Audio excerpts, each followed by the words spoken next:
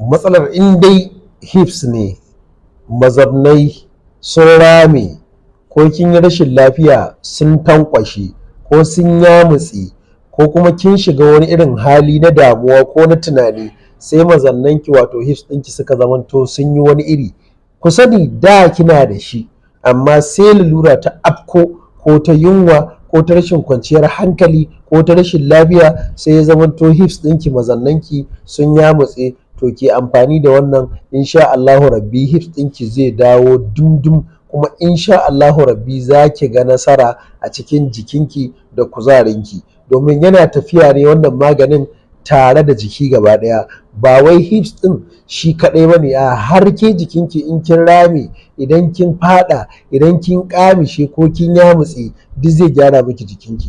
Wannan haɗin guda biyu, a ci a sha, magani abinci, abinci magani. A wannan matsala ce wadda za mu iya cewa ta shafi mata kai tsaye, kai har mazan ma za su iya amfani da shi, amma dai muhalli sha an ba da wannan taimako ne saboda mata, wanda za ga sun zo suna maka kuka sun rame sun yamutse ga rashin lafiya ko ga wasu dalilai da ya kawo tunani ko wani abu, to ki sani duk lokacin da kika rame hips ɗinki wato mazannanki hips za su rame, haka mamanki zai yamutse. Shi yasa duk wasu magunguna da ake baku zaka ga wani lokaci baya tasiri saboda ba kwanciyar hankali, ba wadatacciyar abinci, ba ɗin sun yi yawa, sai zamanto maganin yana yi amma sababin ke jikinki, ɗabi'ar jikinki ba a daidai take ba, to ko an yi maganin sai a gaba a samu abin da ake so ba. To wannan shine dai muka zaƙulo muku ko muka yi bincike akan abin da ya shafi ƙara kuzari na jiki da ƙara ƙiba na jiki da ƙara hips na jiki. In kika ci gaba da yin wannan insha Allahu, malam ya ce wata ɗaya ake farawa shine matakin farko, za ki iya yi ya kai wata 2 har wata 3, ya danganta ga yanda yanayin halittar jikinki take da kuma yanda kika yi maganin da kuma yanda maganin ya anshe ki. Na farko zogale, kowanku ya san menene zogale, to zogale za a yi amfani da shi, za ki samu zogale ki dafa, zogale a dafa shi, bacin an dafa shi an tsame shi sai a yayyanka tumatir, ba ƙuli, ba albasa, ba tattasai, ba tarugu, kawai zogalen nan in aka dafa shi sai tumatir za a yayyanka, kina iya sa ɗan gishiri kaɗan domin ki ɗan ji daɗin ci, ko kuma ki ɗan barbaɗa ƙuli kaɗan domin ki ji daɗin ci, za ki haɗa daidai cikinki. To wannan haɗin shine ake so ki yi kullum a da rana kafin ki ci abincin rana in kina cin abincin rana, in ko ba ki cin abincin rana to wannan haɗin ya zama to shine abincin ranarki kullum sau ɗaya. Sai kuma wancan na biyu, don abu biyu ne za a yi amfani da shi a rana ɗaya, zogale dafaffe da tumatir za a haɗa su guri ɗaya, a sa ƙuli, kwaɗa kawai, kwaɗa ya samu lafiyayye, gashi abinci ne kuma gashi magani. Sai kuma na sha, don guda biyu ne dama, akwai na ci akwai na sha. Na shan kuma abubuwa ne kamar haka za ki haɗa guri ɗaya, su ne za ki sha, su kuma ana so ki sha su irin ƙarfe 5 ko kuma bayan sallan magariba, ƙarfe 5 na yamma ko bayan sallan magariba.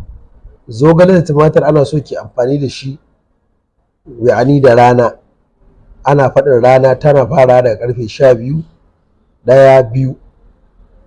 Na shan shi ne abu 4, na farko akwai gwanda, na biyu akwai kankana, na uku akwai abarba, na 4 akwai wannan banana mai ayaba, gwanda, abarba, kankana.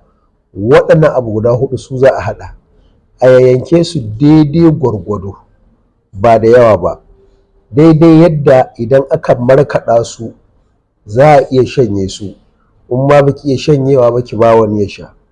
To in kika haɗa su guri ɗaya, in kina da blender sai a markaɗa su gaba ɗaya, in ba ki da blender ki samu abin da za ki iya jajjaga su gaba ɗaya, za ki gan shi ya yi kauri kamar kunu mai kauri. To wannan haɗin guda biyu su ake so a yi. Za ki yi amfani da zogale da tumatir da rana kullum so ɗaya. Waɗannan kayan itatuwa guda 4 za ki haɗa su guri ɗaya ki amfani da su da ƙarfe 5 na yamma ko bayan sallar magariba. In kika haɗa su kika jajjaga ko kika blending ɗinsu kar su wuce kofi ɗaya, sai ki shanye duka. Wancan kin ci zogale da rana, wannan kin ji. Abinci ne lafiyayye wanda zai gyara kuzarin jiki da garkuwar jikin ɗan adam.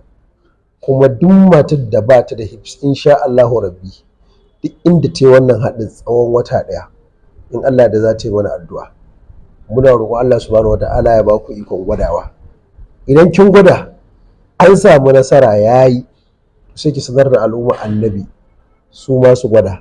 Kamar yadda muka bincike muka nuna muku, to kuma sai ku gaya ma wasu domin aikin alkhairin ya yaɗu cikin al'umma, a samu dace, a samu kuma yadda ake so. Kar kuma ki kira ni ki ce min ya za a yi, ya za a yi, ya za a yi.